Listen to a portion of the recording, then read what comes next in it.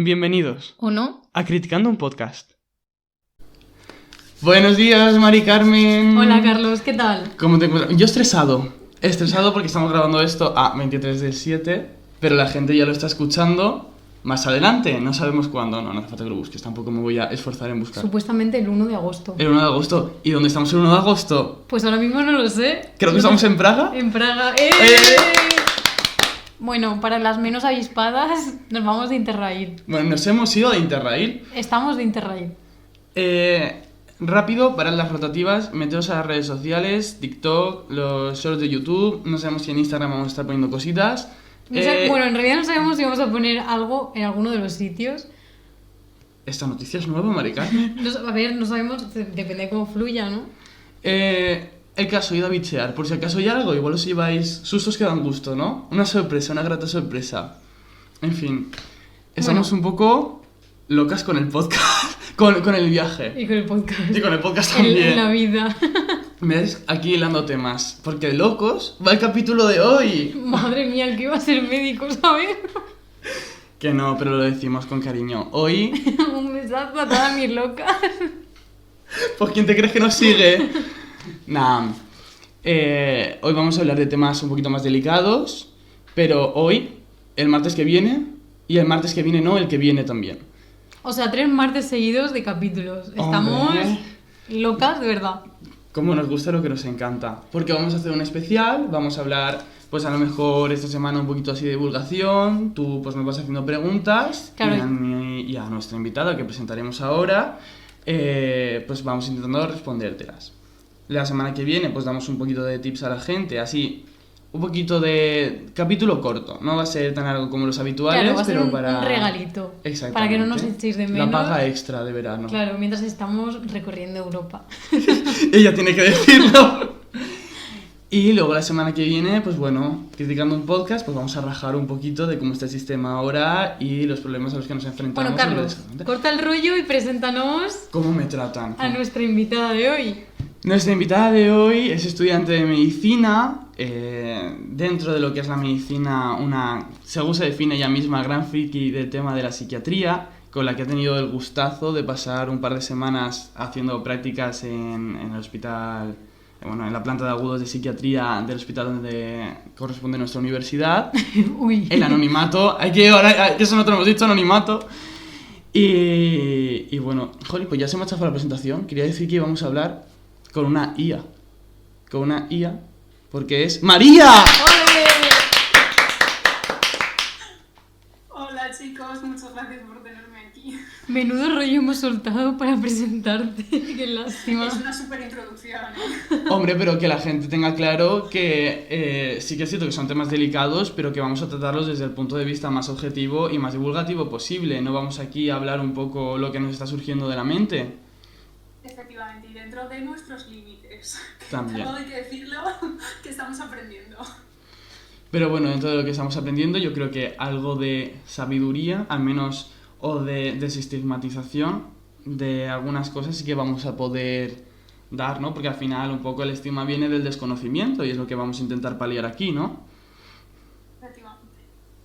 Bueno, entonces la dinámica va a ser, vosotros vais a estar contando vuestras cositas chulas de médicos y yo, como persona que no sabe nada y como la mayor parte de nuestro público, pues voy a ir preguntando y a ver si nos enteramos, ¿no? Hablo con el público. Pues échale. Bueno, ¿sobre qué queréis empezar a contarnos hoy? ¿Qué os apetece? ¿Qué enfermedad mental os gusta más? Pues elige tú, María. Tenemos un gran abanico. Vale. Vamos a utilizar un poco a Mari Carmen como nuestro sondeo de opinión popular. Vale. ¿Tú cómo describirías una persona que tiene depresión? ¿Cómo dirías esta persona realmente está deprimida? A ver, no os ríais, ¿vale? Porque yo soy una persona que no sabe. No, esto es libre, o sea... Venís aquí a reíros en mi propio podcast de mí.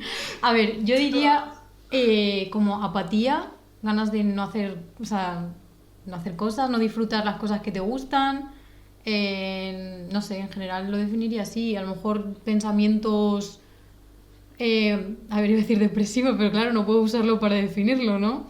Pensamientos tristes, no agradables, sobre nosotros mismos, sobre lo que nos rodea, sobre la vida en general. Y eso, en general, eso. Ganas de no hacer nada y no disfrutar las cosas, tal. Perdón si he dicho alguna tontería. Realmente ha definido literalmente anedonia y anergia. Sí, efectivamente. Para O sea, tontos. en medicina les gusta poner palabras así juntas a todo, pero realmente está bien descrito. O sea, lo único es eso, que una persona deprimida no es simplemente alguien que está triste por algo, porque al final hay un tema que es que no se debe tampoco de sobrepasar lo que es un sentimiento humano normal que podemos tener todos, sino que una persona deprimida suele ser alguien que su cerebro literalmente se olvida de hacer cosas, se olvida de poder cocinar, se olvida de poder vestirse, se olvida de comer, se olvida de beber, porque literalmente es como que se va apagando diferentes luces en una habitación, como si fuera eso el cerebro. O sea, es como si Entonces, se apagara por partes y va poco, bueno, puede ir poco a poco, a veces va más rápido. Y bueno, lo que has comentado ahora de, por ejemplo, se olvida de vestirse, de comer, puede ayudar a introducir, pues nada, simplemente mencionarlo, un término chulo que es lo que se llama pseudodemencia depresiva. En gente sobre todo un poco más mayor que empieza a mostrar estas características, pues bueno, siempre es curioso, ¿no? Que lo primero que tiendes a pensar es que es una persona pues que está o desarrollando un Alzheimer o alguna enfermedad de este tipo, pero realmente lo que puede ser es que haya una depresión subyacente. Entonces es muy importante una buena evaluación psiquiátrica en estas personas. Vale, con esto a mí me surgen como dos planteamientos, dos cuestiones. Una, si podríais dar los síntomas como más característicos o más generales o que de la depresión, y otro, si podéis explicar o si hay alguna explicación para la depresión, por qué surge, si hay algún desencadenante, si es genético. Ahora os dejo hablar. Pues yo si quieres comento la primera parte, María, tú respondes a la segunda, te dejo a ti el premio gordo. La depresión realmente no es una enfermedad en sí. O sea, la depresión son realmente las depresiones. Existen muchos tipos de depresión.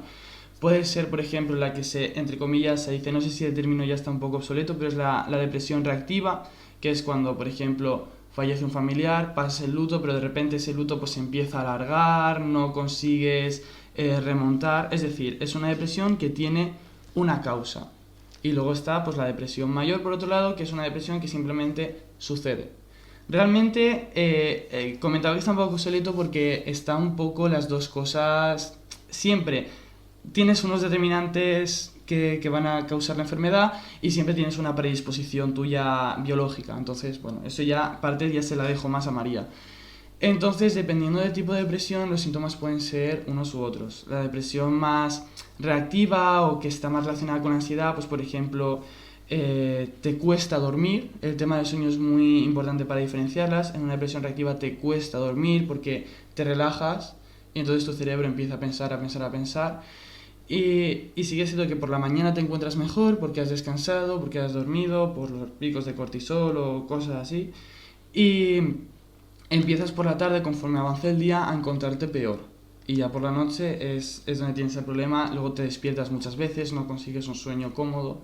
Y por otro lado tenemos la depresión mayor o melancólica, que es la más grave dentro de las depresiones, que es todo lo contrario. O sea, tú te puedes quedar dormido, pero el problema es a la hora de despertarte. Te despiertas a lo mejor a las 4 de la mañana y es imposible volver a quedarte dormido. Entonces eso, además del propio sufrimiento del paciente, le produce pues, el sufrimiento de no haber dormido, no haber descansado, ser incapaz de volver a quedarte dormido, que eso se va sumando. Y ellos sí que van mejorando a lo largo del día. Y por mencionar dos cositas más, pues bueno, lo que había dicho antes, que habías dicho tú, de la anedonia es la incapacidad de sentir placer por las cosas, y la anergia, que es la falta de energía para hacer cosas. Y luego, por último, pues en las depresiones estas más graves existe una tríada, que a los médicos les gusta clasificar las cosas, ¿no? Pues una tríada característica en esta enfermedad, no sé si es de Becker, corrígeme, sí, es la de Becker, que se caracteriza, son 3 delirios. Delirio de culpa, te culpabilizas a ti mismo de cosas de las que realmente no eres responsable o que no están bajo tu control. Delirio de ruina, que todo se va a acabar por esta situación, que además eres tú quien ha causado esta situación, va a afectar a tu familia, a tus amigos, todo va a ser un desastre. Y por otro lado, el delirio de muerte o minusvalía, que literalmente con delirio de muerte hay personas con depresión que sienten que realmente están muertas o que sus órganos han dejado de funcionar, tal, y eso se llama síndrome de Cotard. Y hemos visto más de un caso en las prácticas realmente. Sí, aunque eso entraría dentro de depresión con síntomas psicóticos, porque realmente están percibiendo una realidad que no es así. Entonces entra un poco en ese tipo de encuadre. Y respecto a la otra pregunta que habías dicho de si es más algo que genético que va a ser siempre así o si es un poco determinado por el tipo de personalidad de la que pueda tener un paciente, por lo general es un poco todo. O sea, sí que es verdad que esa clasificación de depresión que ha dicho Carlos es correcta, lo que pasa es que realmente la depresión es más como una línea. Es decir, en un espectro están todos tus estresores y en otro está lo que vendría a ser la genética. Entonces, hay personas pues, que se pueden mover dentro de todo ese espectro. Entonces, una de las cosas que ocurre es que tú genéticamente puedes tener una predisposición. Al igual que hay gente que es pues, predispuestamente más positiva, hay gente que es más pesimista, hay gente que es más alegre, etc. ¿Cuál es el problema? Que lo que ha comentado Carlos del cortisol es muy importante porque es una hormona del estrés. Entonces, tú cuando tienes diferentes estresores en tu vida, tienes unos picos hormonales que suben en determinados momentos. Si tú tienes muchos estresores de forma continua y no eres capaz de reducir ese nivel de cortisol, llegará un punto que vas, entre comillas, a estallar. Va a llegar un punto que no vas a ser capaz de gestionarlo. Entonces, cuando el cerebro no es capaz de gestionar algo, en función de esa predisposición genética y de lo que le esté pasando, puede derivar en diferentes caminos. Y uno de ellos puede ser la depresión. Otras personas es más ansiedad, otras personas puede ser un brote psicótico, otras personas puede ser ya acentuar una personalidad muy marcada que ya venía de antes y derivar en un trastorno de personalidad. Entonces son cosas que no se pueden predecir, porque eso es entre comillas lo bonito que para mí tiene la psiquiatría, que al final que cada persona es un mundo y nada es 100% predecible de cómo va a ser.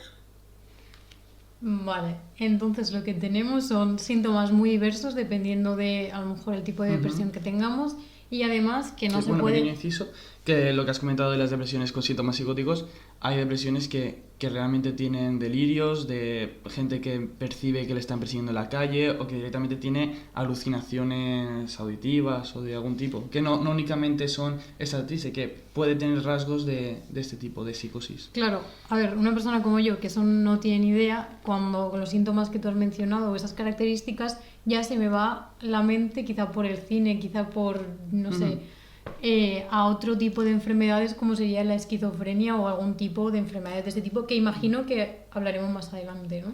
Sí. Sí que quiero hacer un pequeño comentario ahora antes de escapar de la depresión porque... Escapar de la depresión. Bueno. Bueno, yo tengo más preguntas, ¿eh? O sea... la mía es sobre el tratamiento, porque esto sí que lo estuve hablando con una persona y sí que me dijo, pues mira, me hubiera gustado que en su momento me hubieran explicado esto porque me hubiera ayudado a entender unas cuantas cosas. Antes he comentado que, bueno, la depresión es falta de sentir placer, falta de tener energía para hacer cosas. Uno de los síntomas, de los efectos secundarios de la medicación psiquiátrica pone que puede aumentar el riesgo de suicidio. Esto hay que cogerlo un poco con pinzas, porque realmente como tal no aumenta ese riesgo. Lo que pasa es que, bueno, eso creo que sí que lo conoce más la gente, ¿no? Que los antidepresivos empiezan a hacer efecto a las 3 semanas, pero empiezan a hacer efecto en el ámbito de la falta de sentir placer, de lo que es la emoción. En lo que es en el campo de la energía, empiezan a hacer efecto mucho antes. Entonces, para decirlo de una forma burda, ¿vale? Al principio la gente que está en depresión no se suicida, no porque no tenga ganas, sino porque no tiene energía. Y al final, aunque sí tenga energía, no tiene ganas. Sin embargo, hay un periodo ventana en medio, cuando no has recuperado la capacidad de sentir placer, pero sí la energía, en la que te quieres morir y además tienes energía para hacerlo. Ahí son un periodo de a lo mejor 2-3 semanas, que es un poquito delicado. Eso es a lo que se refiere con que aumenta el riesgo de suicidio. Y eso sí que me parece importante que la gente lo entienda el porqué. Vale, ahora estábamos hablando como de tratamientos. ¿Qué tratamientos existen actualmente para poder ya no sé si curar es la palabra adecuada, sino llevar de una mejor manera la depresión. ¿Se llega a curar alguna vez? Aunque te cures, no sé si es el término adecuado, puede resurgir más adelante, no sé. Claro, a ver, hay muchos tratamientos. El principal o el primero que se suele dar siempre suele ser antidepresivos. Hay de diferentes clases, con diferentes formas de acción y demás, que no me voy a meter, pero básicamente son una serie de fármacos que lo que van a hacer es incrementar una serie de neurotransmisores que van a favorecer que tú vuelvas a establecer una serie de conexiones neuronales que te va a volver a hacer ser capaz de volver a hacer una serie de actividades y de reducir esa serie de síntomas depresivos. Entonces, si eso falla, se pueden utilizar otra serie de tratamientos o fármacos que son más estabilizadores del ánimo, como puede ser, por ejemplo, el litio. Eso, por lo general, no suele ser dependiendo también de los síntomas de la depresión, porque hay diferentes tipos, pero no suele ser el principal o el de primera elección que se suele usar por los riesgos que conlleva, porque tiene otra serie de efectos adversos. Y luego hay otro tipo de terapia que en este caso, en el caso de la depresión psicótica, sería el tratamiento de primera elección, que sería la terapia electroconvulsiva. Que claro, eso abre un increíble debate porque, claro, la terapia electroconvulsiva, Mari Carmen, es el electroshock. Como en Shutter Island, ¿no? O en una peli de estas. Sí, realmente sí, lo que en toda la vida se ha visto de cine, meterle un enchufazo a una persona en la cabeza y que eso parezca, bueno, como si fuera un crimen. Claro, porque, a ver, en las películas sí que es verdad que Hollywood lo ha llevado un poco a elemento de tortura, cuando realmente a día de hoy es una descarga que dura 10 segundos, evidentemente se realiza en la UCI, está sedado, está absolutamente con un relajante muscular para que no tenga convulsiones. Entonces la persona lo único que recibe es la descarga, que sí se transmite por todo el cuerpo, pero no afecta a los músculos, no afecta a los nervios y además tiene mayor eficacia que cualquier otro antidepresivo que se haya descubierto hasta el día de hoy. Pero como tiene tanto estigma, la gente no lo hace. Vamos, la conclusión a la que llego es: si tienes depresión, métete en una bañera con una tostadora. Ay, Dios, tía, es que qué bestia la otra.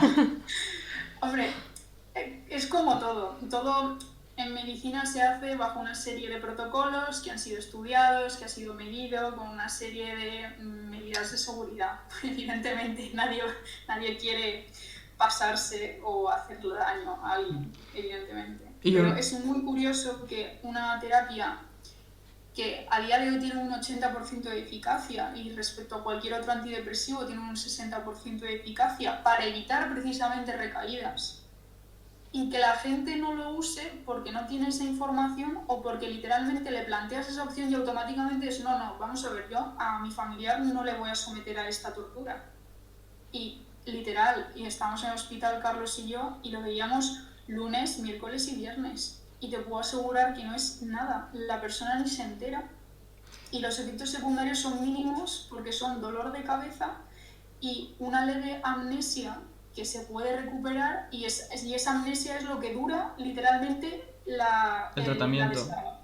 ¿Y cuántas sesiones tendrían que darse para poder decir que alguien se ha recuperado? Creo que depende del paciente. Mínimo 12 sesiones. Mínimo son 12. Aunque si se ve ahí con una recuperación y demás, pues se puede plantear el quitarla. O si es una persona que ha tenido muchas recaídas de depresión y la terapia electroconvulsiva es lo único que lo ha sacado de ahí, se puede hacer una terapia de mantenimiento. Es decir, a lo mejor una vez cada mes o cada 3 meses se realiza una y ya está, de forma preventiva para evitar que eso vaya más.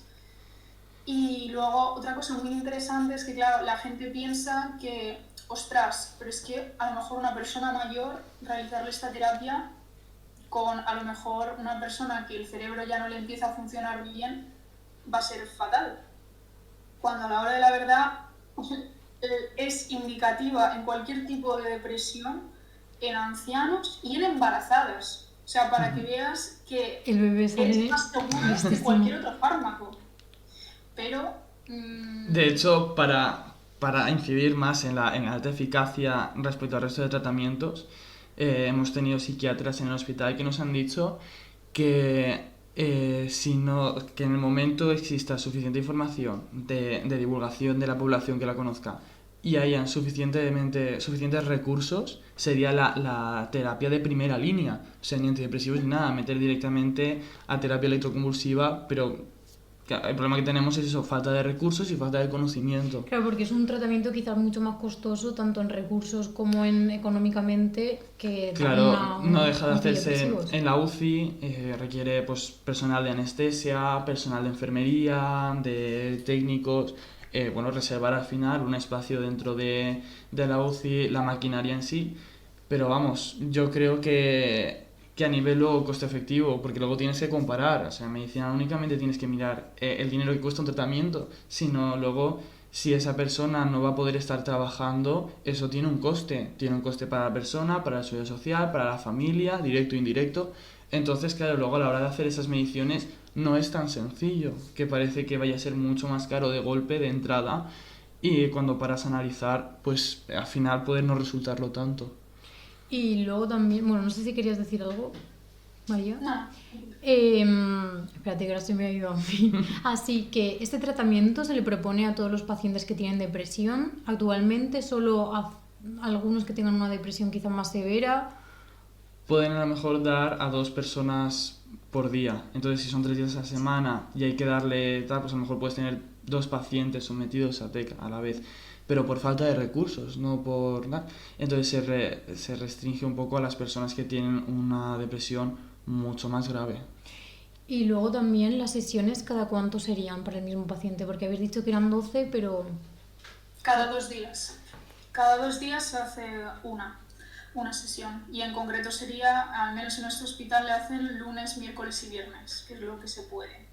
Sí que es verdad que no creo que, al menos a medio o largo plazo, se establezca como una terapia de primera línea para todo el mundo. Sí que es verdad que en los casos más graves es ideal, para los casos de más vulnerables como personas ancianas y embarazadas es lo mejor, pero sí que es verdad que a lo mejor para depresiones más leves o que sea el primer episodio depresivo y demás, hasta día de hoy no veo factible que a lo mejor una persona prefiera esa terapia antes que un fármaco. Más que nada porque también hay que entender que esa persona va a tener que estar en un hospital y va a tener que pasar unas horas ingresada en la planta por si ocurre algo, hay una complicación o un efecto adverso que nos espere. Entonces, ahí también hay que entender que hay un poco de estigma. ¿Cuántas personas con una depresión leve van a querer estar en una planta de psiquiatría un par de horas, 3 días a la semana, un día sí, un día no? Al final es más cómodo tomarte una pastilla y tú lo dices si quieres o entre comillas. Entonces ahí hay un poco de tema personal, de cómo lo quieras tú gestionar. Sí que es verdad que yo siempre ofrecería las 2 opciones y luego esa persona es libre de decidir, como todo. Por mucho que una me parezca 1000 veces más efectiva, al final decide el paciente. Vale, y ya no sé si queréis decir algo más, pero... O sea, no sé si queréis decir algo más. Pues por enlazarlo con otro de los temas que podemos tratar, la terapia electroconvulsiva no únicamente se utiliza para las depresiones, sino también para personas en estados psicóticos, ¿no? Es otro de los tratamientos de elección y que no sé si es el escalón más alto de eficacia terapéutica o hay alguno superior, pero vamos, que también es... Sí, además es indicativo en las catatonías, que es básicamente cuando una persona tiene un episodio psicótico muy fuerte, puede llegar a quedarse completamente rígido y no se mueve.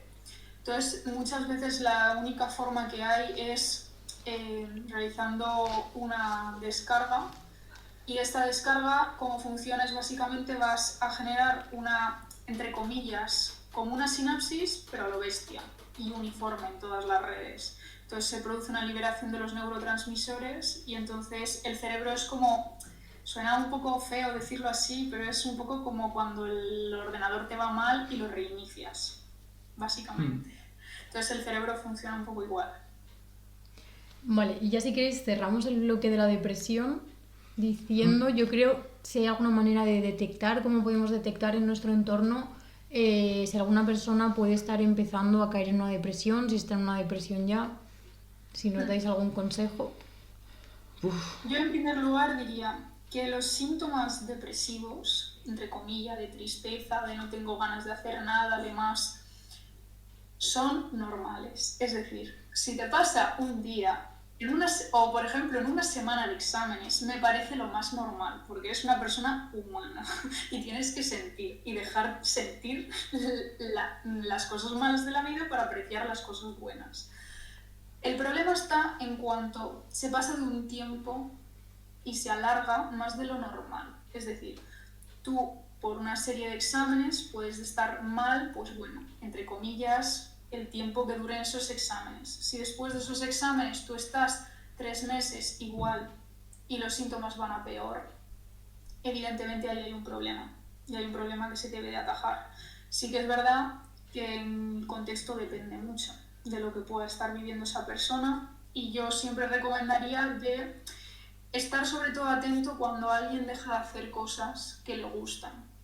Porque el dejar de comer, el dejar de cocinar, el dejar de asearse, son cosas muy básicas que una persona que está bien no deja de hacer. Puedes estar vago un poco un día, pero no es lo habitual que dejes de hacer eso durante muchos días seguidos. Y luego otro factor importante es, no es más vale prevenir que curar, trabajar en los factores de riesgo. Hay factores de riesgo en los que no se puede trabajar, como por ejemplo son el sexo o la edad, pero otros en los que sí. La soledad en las personas mayores o la soledad en general sí que es un factor de riesgo demostrado y muy importante para el desarrollo de depresión en esas personas. La sobrecarga de trabajo o también estar pendiente de algunas personas con algunos tipos de trastornos de la personalidad, con algunas personalidades más concretas. Sobre todo, mucho ojo al que se aísla. ¿Por qué se aísla? Si tu amigo deja de hacer algunas cosas y te parece muy raro, pregúntale qué tal está. Perfecto, entonces os dais por satisfechos con este bloque y lo dejamos ya cerrado. Yo creo que sí, ¿no? Sí. Perfecto. A ver, habéis hablado de esquizofrenia y otras palabras que a mí no se me han quedado, la verdad, pero me parece que es un tema bastante interesante, alguna enfermedad quizás así más, entre comillas, rara o más llamativa, a la que quizás no estemos tan acostumbrados y solo veamos sobre todo en películas y tal, y quizás no se sepa mucho. Pues podemos hablar un poquito de la esquizofrenia, ¿no? Que es la gran estigmatizada, por así decirlo, la que más se utiliza como insulto, o como frase hecha o como tal. La esquizofrenia no es una enfermedad rara, creo que tiene una prevalencia de un 1%, que es una de cada 100 personas. Podéis sacar vuestro cálculo dentro de vuestros círculos de amigos o cosas así. Y luego realmente tampoco es igual que antes he dicho la depresión. No es la depresión, son las depresiones. La esquizofrenia no es una enfermedad, es un conjunto de enfermedades. La esquizofrenia al final se utiliza un poco pues por aunar a todos, pero como en cualquier enfermedad, pero sobre todo en las enfermedades psiquiátricas, cada persona, es lo que ha comentado María, es un mundo totalmente distinto y son enfermedades que se pueden aparecer de forma muy muy diversa, porque luego si quieres explicar esto así rápido, pero están los síntomas positivos, los síntomas negativos y los síntomas cognitivos, que claro, solamente se conocen los positivos, que son alucinaciones, delirios, cuando la gente se pone agresiva o es lo que dice, no, estás esquizo porque estás escuchando no sé qué, pero la gente se olvida de los síntomas negativos y los cognitivos, que si quieres comentarlo y así ya sirve de introducción un poco para conocer en verdad lo que es la enfermedad. Todos los negativos serían el aislamiento, evidentemente, lógicamente ya no solo por la propia enfermedad, sino por lo que genera esos síntomas positivos de rechazo social y laboral en esa persona. Luego estarían también a nivel cognitivo, empiezan a tener una actividad o pensamiento desorganizado, es decir, cuando empiezan a tener fugas de ideas o empiezan a a no realmente realizar un pensamiento elaborado como podríamos hacer una persona normal, pero es muy interesante porque no son conscientes de ello. Que eso es la diferencia un poco dentro de lo que vendría a ser el espectro, entre comillas, que se llama neurótico y el psicótico. El neurótico es aquella persona que es consciente de que su conducta realmente no es la adecuada, que algo le pasa, entonces suele ser las personas que tienen ansiedad, que tienen depresión y terminan pidiendo ayuda. En cambio, un psicótico no percibe que lo que está creyendo, lo que está oyendo o viendo no sea real. Entonces es muy interesante tratar con estos pacientes porque conseguir que una persona realmente cree lo que está oyendo y tú decirle que lo que está oyendo no es así, que no es real y que encima se tome un tratamiento para dejar de oír eso que él cree que oye realmente, es muy interesante y muy complicado de conseguir, porque al final una de las cosas más difíciles es que una persona sea constante con su tratamiento, porque al final lo que buscas es que esa persona pueda tener una vida normal. Y bueno, se ha comentado algo curioso que no es lo que, a menos yo no lo sabía hasta que no estudié esta asignatura, es que las alucinaciones son mayoritariamente auditivas, es escuchar cosas, no es ver cosas.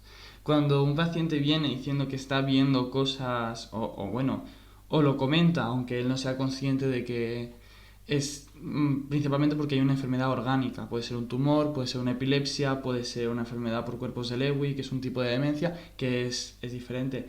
Y sobre el tema del tratamiento, que quería comentarlo y digo, se me ha olvidado. Ya no es solamente que intentes hacer razonar a una persona de que lo que está escuchando no es cierto, porque si es una persona joven, que el cerebro dentro de lo que cabe se sigue conservando, está bien, pero esas personas conforme avanzan acaban desarrollando una demencia, por definición. Entonces, claro, tú a una persona con 60 años y esquizofrenia no le puedes decir, no, o sea, usted señora no trabaja para la policía, usted no tal. Entonces, a lo mejor lo que tienes que hacer es, bueno, pues usted prométame que no le va a decir a nadie que trabaja para la policía, porque sabes que no vas a conseguir que esa persona se dé cuenta de que no trabaja para la policía, pero al menos puedes evitar que lo vaya diciendo por ahí. Vale, y en el caso de que sí pueda ser posible hacerle ver, bueno, hacerle entender que lo que está escuchando no es cierto, ¿de qué maneras lo conseguís hacer?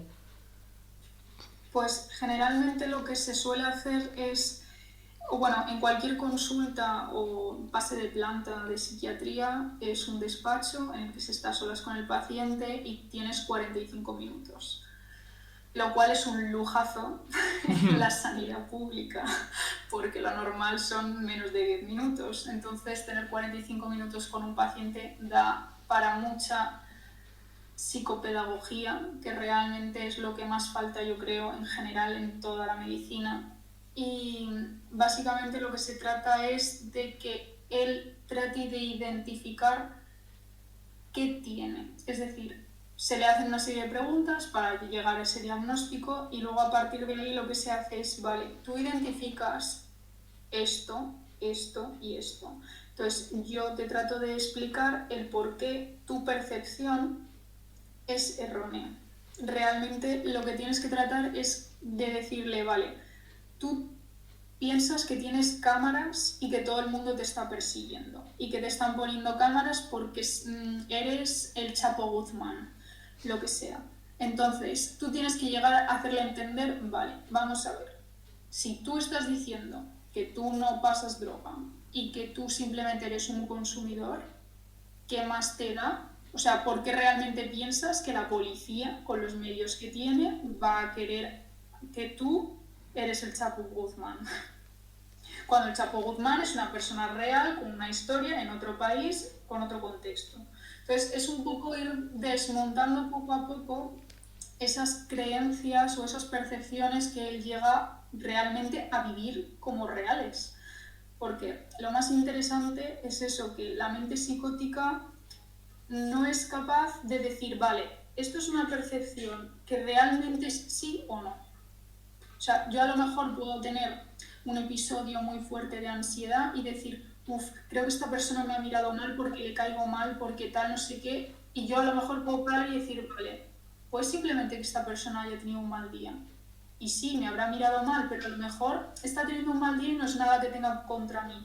En cambio, una persona psicótica es, no, fijo que tiene algo contra mí, porque sabe que soy el Chapo Guzmán y porque no sé qué, porque no sé cuándo. Entonces, es tratar un poco de convencerle de que tener esa conducta y esa actitud no le lleva a otra cosa más que a estar ingresado de forma involuntaria o a tener una serie de problemas personales, sociales y laborales, y que la única forma de volver a la normalidad es tomarse una serie de fármacos. Y sobre todo, no ser tú quien le diga al paciente, tienes esto y esto, sino que sea el paciente el que diga, tengo esto. O sea, tú le vas guiando, pero no es lo mismo que te digan, tú, Mari Carmen, esto que estás escuchando es totalmente mentira. O sea, tú no estás escuchando las voces de los ángeles. Es que el paciente diga, pues a lo mejor no son las voces de los ángeles. Tú, como médico, como psicólogo, le has estado guiando con preguntas, con razonamientos. Oye, pues a lo mejor realmente los ángeles existen y porque iban a contactar... Y ir con esas preguntas hasta que al final sea el propio paciente quien diga, o sea, pues a lo mejor es cierto que no está. Y... Claro, ir guiando al paciente para que se dé cuenta él mismo, porque si se lo dices tú no se lo va Claro, a creer. es muy fácil decirle, estás haciendo esto mal. Es como cuando le educas a un niño, eso lo estás haciendo mal. Es más difícil decirle, es más difícil conseguir que el niño rea, pues esto que he hecho está mal, pero es más efectivo. Vale, tengo varias preguntas, os las voy a ir soltando. Habéis dicho que se suelen tener alucinaciones auditivas en la esquizofrenia. ¿Este tipo de alucinaciones suelen ser del mismo patrón? ¿Dependen de la persona? ¿Son buenas? ¿Son malas?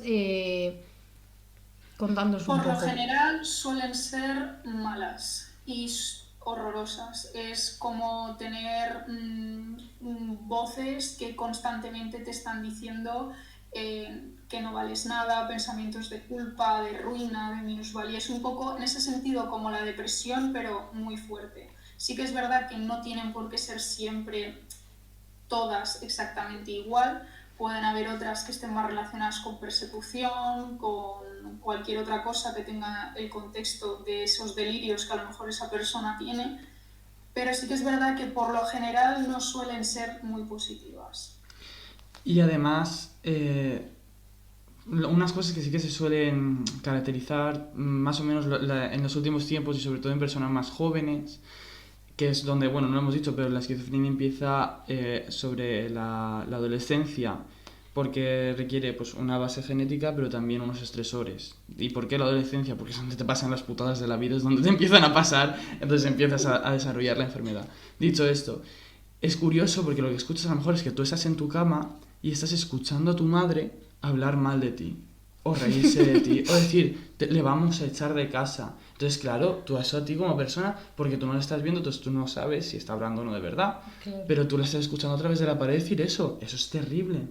Y algo que me pareció muy curioso, que no había parado a pensar, pero que tiene sentido, es que antiguamente las alucinaciones, que no es lo mismo que delirios, que a veces se utilizan un poco indistintamente, pero luego, si eso nos metemos en este jaleo, eran más de tipo religioso, porque antiguamente la religión era una pieza, un eje fundamental en la vida de las personas. Entonces a lo mejor las voces que escuchaban venían directamente de Dios o de los ángeles o del diablo. Entonces esas son cosas que van evolucionando conforme evoluciona el contexto de la sociedad. Claro, porque eso te quería os quería preguntar yo, que, o sea, tú al final si escuchas una voz que no viene de nadie, pues empiezas a sospechar de que hay algo que está pasando raro. Pero claro, si a lo que escuchas es a tu madre, a tu hermano, a tu no sé qué, pues ya te van comiendo la cabeza de que a lo mejor sí que es verdad y eres una mierda o te van a echar de casa. Pero, o sea, siempre van a ser las voces que vas a escuchar de alguna persona que conozcas, pueden ser... No tiene por qué. Y...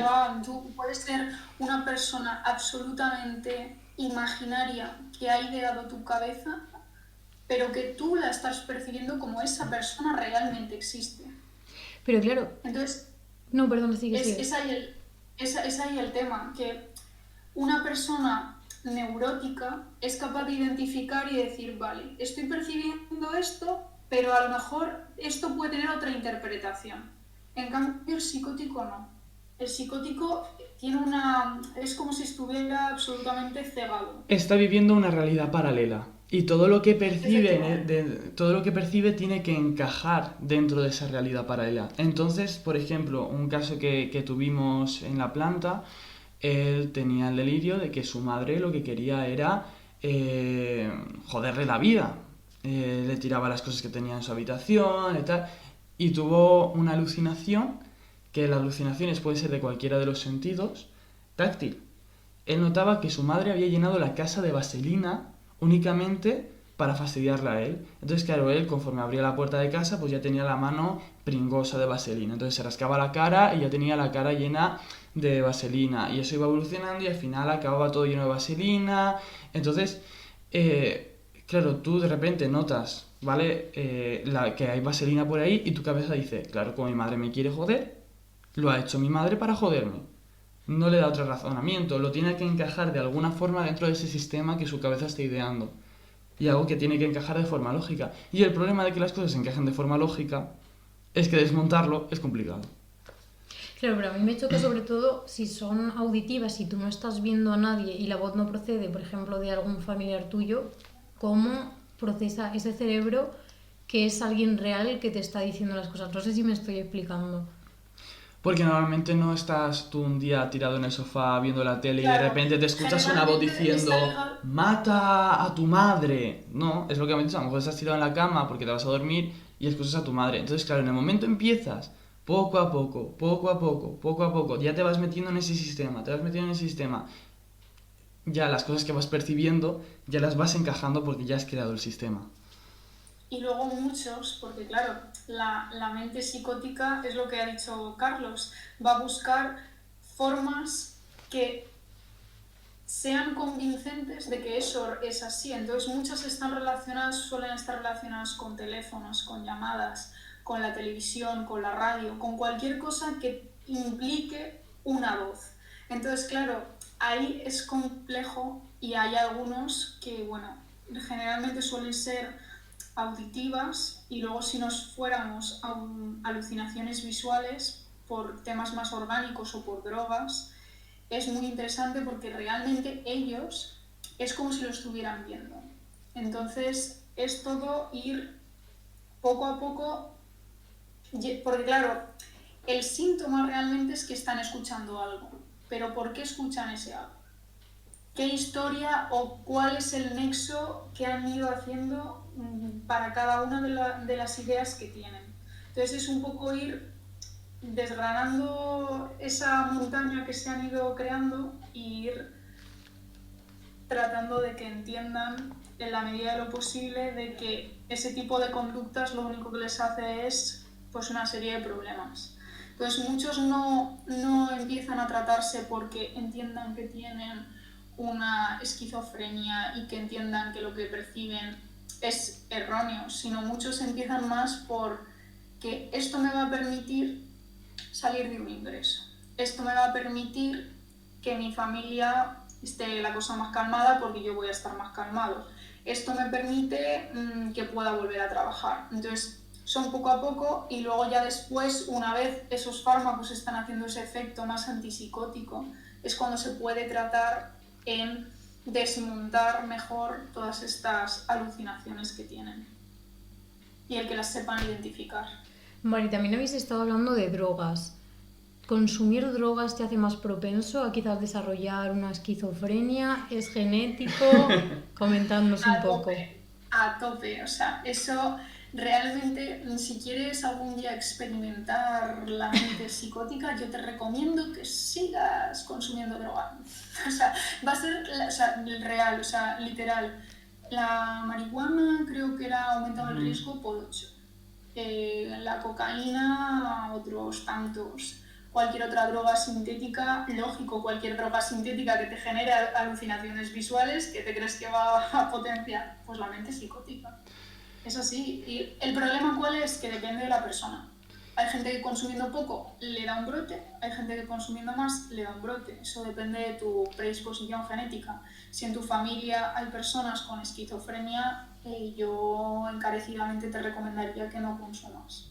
A cualquier otra persona, pero a una persona que además tiene una herencia, yo, de verdad, luego, o sea, se pasa mal. Hay que entender que se pasa mal. Aquí sí que es cierto que quiero romper una lanza a favor de los pacientes. De las drogas. No, pero porque a lo mejor sí que se tachan a todos son los drogadictos, evidentemente gran cantidad lo son. Pero ¿la enfermedad se produce por las drogas o toman drogas a causa de la enfermedad? Porque si tú, por ejemplo, estás escuchando unas voces horrendas que te están diciendo eso y fumarte un porro te calma, empiezas a consumir porros para dejar de pensar. Entonces, eso lo que va a hacer también es aumentar el riesgo de enfermedad, aumentar que vaya más rápido, que sean delirios más bestias o que sea una enfermedad más grave. Pero sí que es cierto que hay veces que el consumo es secundario a la enfermedad, que muchas otras veces, muchas más, es a raíz del consumo se produce enfermedad. Pero sí que es cierto que la enfermedad hace que consumas. Lógico. Entonces es algo que no se tiene en cuenta muchas veces, que a lo mejor no es causa, sino que también puede ser efecto. Claro, hay que entender que en ese caso el por qué es... Claro, ahí está el tema de por qué se consume la droga. Si la droga se consume de una forma recreativa, lógicamente es un estresor. Una droga lo que va a hacer es alterar la química cerebral. Cualquier cosa que altere la química cerebral de forma constante y de forma agresiva va a potenciar enfermedades mentales, eso no es ningún misterio. Pero luego, si tú consumes para evadirte, tú estás consumiendo una forma de medicalizar la droga, es decir, busco un efecto sedante, busco un efecto de relajación. Entonces, lógicamente, ante un estrés, como puede ser un brote psicótico, puedes buscar drogas, claramente. Hay un caso clínico muy chulo que ejemplifica esto de utilizar la droga como medicamento, que bueno, era simplemente un crío que al final muchas peleas con la madre, ataques de agresividad, porque escuchaba voces, no sé qué, fumaba porros, pero luego cuando le hicieron un estudio ya al cabo de años, más profundo, a nivel psiquiátrico, se dieron cuenta de que él fumaba porros, a él no le gustaba la marihuana, pero fumaba porros porque decía que encontraba un malestar, una sensación mala, pero fumando el porro se aliviaba. Y entonces se pasaron a investigar, a analizar, a hacer más pruebas complementarias y resultó que lo que tenía era una epilepsia. Una epilepsia que, claro, la epilepsia no es solamente convulsionar, es que una parte de tu cerebro se vuelve loca y la parte puede ser la parte auditiva. El chico escuchaba cosas a raíz de una epilepsia, no por una esquizofrenia. Y la marihuana es un fármaco, entre comillas, antiepiléptico. Entonces, claro, eso es lo que hizo más difícil. Él se tomaba la marihuana no porque no quería. De hecho, está tomando tratamiento antiepiléptico y ya no toma drogas, ya dejó de consumir automáticamente. Pero utilizaba como medicamento para calmar esa epilepsia, que no es una enfermedad psiquiátrica, sino que es una enfermedad neurológica que le producía esos síntomas. O sea, que escuchar voces no siempre tienes una enfermedad psiquiátrica tampoco, puede ser una epilepsia, puede ser un tumor cerebral, puede ser una demencia, puede ser muchas cosas que no son enfermedades psiquiátricas. Claro, por eso siempre, en cualquier persona que entre a una consulta de psiquiatría, lo primero es descartar causas orgánicas, siempre, en lo que sea. Porque evidentemente cualquier cosa que afecte a la percepción, a cualquier órgano de los sentidos, lógicamente puede haber una alteración que hay que descartar primero. Bueno, la verdad es que yo creo que hemos estado hablando de un montón de cosas. A ver, a mí sinceramente se me ha hecho corto, pero llevamos ya un buen 50 minutos. Entonces yo lo que propongo es que si después de este especial de 3 capítulos seguís con ganas de seguir hablando de esto, y bueno, nuestra invitada también, pues que se puede hacer algún episodio más si queréis. Yo lo dejo ahí. Hombre, nos hemos dejado el trastorno bipolar, ¿no? Por ejemplo, que es lo de, es que ahora estoy bien y a los 2 segundos estoy mal. Eso es mentira, eso no es trastorno bipolar. Eso en todo caso sería TLP y no es algo con lo que se deba bromear mucho tampoco. los trastornos de personalidad, que es un mundo también súper chulo, un montón de enfermedades psiquiátricas desconocidas que serían súper interesantes de investigar, pero sí que es cierto que el tiempo es el que es. Que me enrollo, lo siento. No, ha estado muy chulo, ¿eh? Yo he aprendido mucho. Yo creo que a lo mejor ha sido incluso mejor tratar 2 o 3 enfermedades y la TEC que tratar mucho y verlo mal. Y joder, es mejor ver poco, pero verlo profundo y verlo de esta forma, con calidad, como se diría. Bueno, pues no sé, ¿quedáis satisfechos después de esta charla? Hombre, yo creo que ha estado chulo, ¿no? A mí se me ha pasado volando, Se sinceramente. ha pasado muy rápido, o sea, para mí que estaba escuchando y muchas cosas no sabía, he aprendido un montón, la verdad, estoy muy contenta. Y encima era una clase así muy cercana, porque podía preguntar lo que me daba la gana a mí. Pues al igual que tú has podido preguntar, cualquier persona que quiera saber algo, que lo deje en los comentarios o que nos pregunte por redes sociales, y dentro de lo que es la medida de nuestras posibilidades, podemos intentar responder a esas preguntas, ¿no? Como el consultorio sigue abierto, puede dejar alguna pregunta también por ahí. Así que nada, comentad si tenéis alguna duda, qué os ha parecido, si tenéis algún caso. A Salto el Virreal, ¿verdad? Virreal, sí. Es que la veo con la cámara y digo, al Virreal. Y bueno, poco más, ¿no? Despediría el capítulo. Agradecerte, María, no te vayas, que seguimos hablando contigo. Vosotros la escucharéis la semana que viene. Tenéis Sí. ese placer. Y nada, nos vemos dentro de poquito. Hasta la próxima.